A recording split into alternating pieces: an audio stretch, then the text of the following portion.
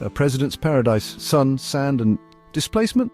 Well, folks, it seems our commander-in-chief has been hitting the tanning beds and brushing up on his Arabic. But why, you might wonder, is he so keen on perfecting his tan and language skills? Why, you ask? Oh, just a casual little plan to transform Gaza, yes, that Gaza, into a dazzling, sun-drenched resort destination. Imagine a place where the conflict-ridden streets of Gaza are replaced with serene beaches and luxury hotels. Think Cancun with hummus, Dubai with falafel stands. A place where the aroma of shawarma wafts through the air as tourists sip on their cocktails by the beach. Now you might be thinking, John, this sounds delightful. What's the catch? Well, it's not all sun and sand. There's a significant human cost to this grand vision. Well, picture this. The current residents, those pesky Palestinians, would be temporarily relocated.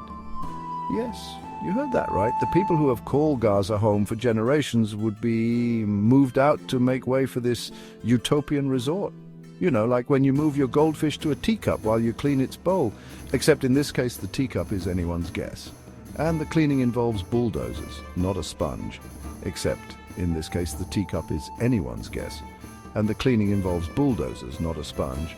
The scale of this displacement is staggering, and the logistics are mind-boggling. The audacity of this proposal, laid out in a 49-page document no less, is truly breathtaking. It's a plan that reads like a dystopian novel, with every detail meticulously planned out. It's like suggesting we turn the Jersey Shore into a nudist colony and relocate Snooki and the gang to Delaware. The absurdity of it all is almost comical, yet it's a serious proposal. It's absurd, it's insensitive, and it's about as well received as a skunk at a picnic. Which brings us to the heart of the matter, the human impact. The people of Gaza are not just numbers on a page.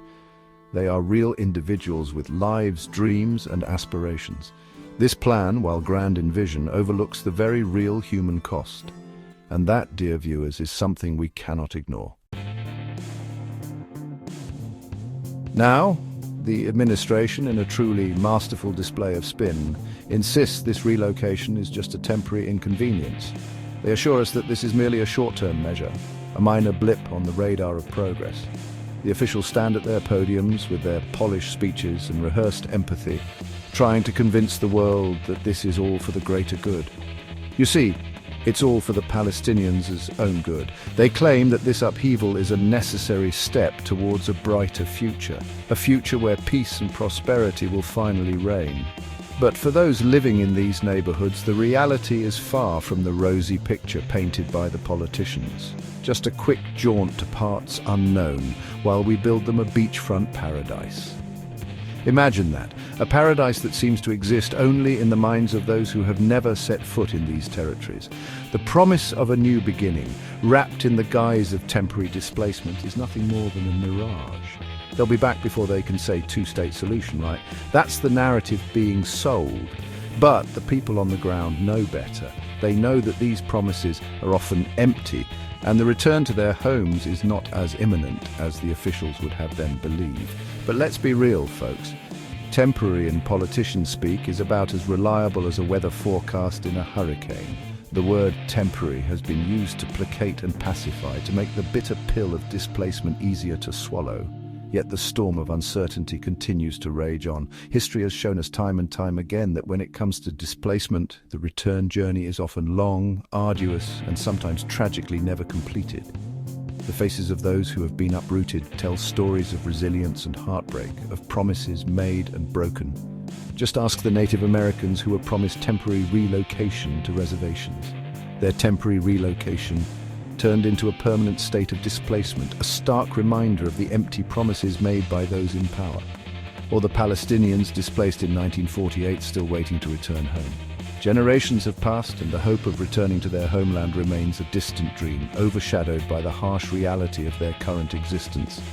This isn't about creating a utopia, it's about moving people out of the way for a real estate developer's dream.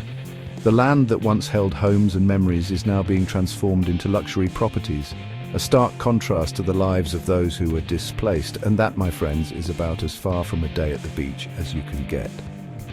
The reality of displacement is harsh and unforgiving, a far cry from the idyllic scenes of sun and sand.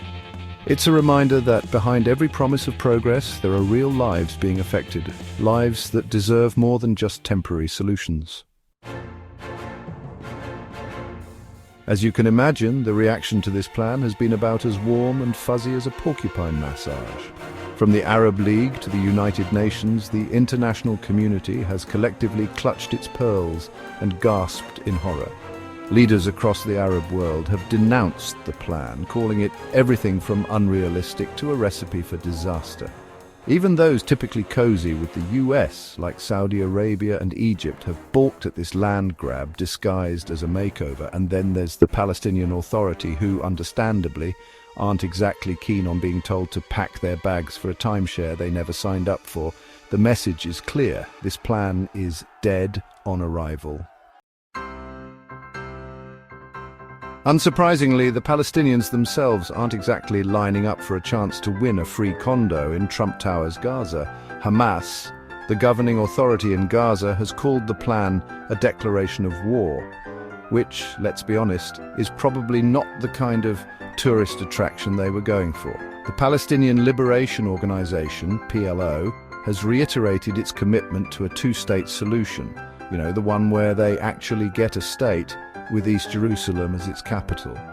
And Palestinian representatives at the UN have condemned the plan as illegal, immoral, and a blatant violation of international law. The message from the people this plan supposedly benefits is crystal clear. We're not going anywhere. Section 5, regional heavyweights push back: Egypt, Saudi Arabia, and Jordan. Even those Arab nations typically hesitant to rock the US boat are drawing a line in the sand, no pun intended over this one. Egypt, a key US ally in the region, has flat out rejected the plan, stating that it undermines the prospects for a fair and lasting peace. The Egyptian government has emphasized that any solution must respect the rights and aspirations of the Palestinian people, warning that it could destabilize the entire region. Saudi Arabia, despite its burgeoning bromance with Israel, has also voiced its opposition. The Saudi leadership has stressed that a just and comprehensive peace can only be achieved through direct negotiations between the concerned parties, based on international resolutions and the Arab Peace Initiative.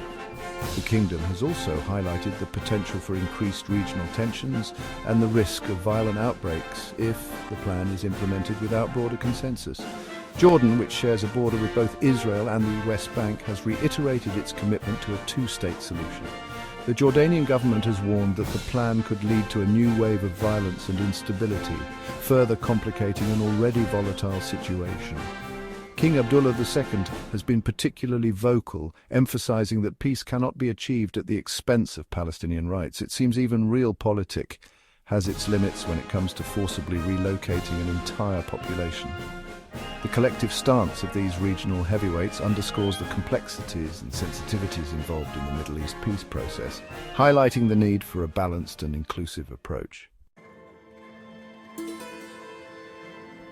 Section 6. A world united in disapproval, international condemnation. It's not just the Arab world crying foul. The international community, in a rare display of unity, has lined up to condemn the plan. European leaders from Paris to Berlin have denounced it as a violation of international law. Human rights groups have slammed it as a recipe for ethnic cleansing. And even Russia and China, rarely on the same page as the US these days, have expressed their disapproval. It seems that when it comes to blatant disregard for international norms and human rights, even geopolitical rivals can find common ground. Section 7. Holding the line: Arab leverage and the price of peace. While the US may be used to throwing its weight around on the world stage, the Arab world isn't entirely powerless in this situation. Egypt, for example, controls the Suez Canal, a vital waterway for global trade. Saudi Arabia, as the world's largest oil exporter, has considerable economic leverage, and Jordan, a key security partner in the region, could make things very difficult for the US if it chose to. The message is clear. There will be a price to pay for this kind of reckless adventurism, and it's one the US may not be willing to pay. Section 8, the Arab League, a counter-proposal emerges from the storm. Undeterred by the Trump administration's tone-deaf proposal, the Arab League has decided to take matters into its own hands. They've announced an emergency meeting to discuss a counter-proposal for Gaza's reconstruction, one that doesn't involve shipping its residents off to a geopolitical timeout. Details are still emerging, but the plan is said to involve billions of dollars in investment, a focus on infrastructure and economic development, and, crucially, no forced relocations. It's a bold move and one that could offer a viable alternative to the Trump administration's ill-conceived scheme. Section 9. Shifting sands. The plan's impact on regional stability. The fallout from this ill-conceived plan is already being felt across the region. US-Arab relations, already strained, have been pushed to the brink. The peace process, never exactly a model of progress, has been dealt a potentially fatal blow. And the Israeli-Palestinian conflict, a tinderbox just waiting for a spark, has been doused in gasoline. The Trump administration may have envisioned a glittering resort paradise, but the reality is far more likely to be a geopolitical nightmare.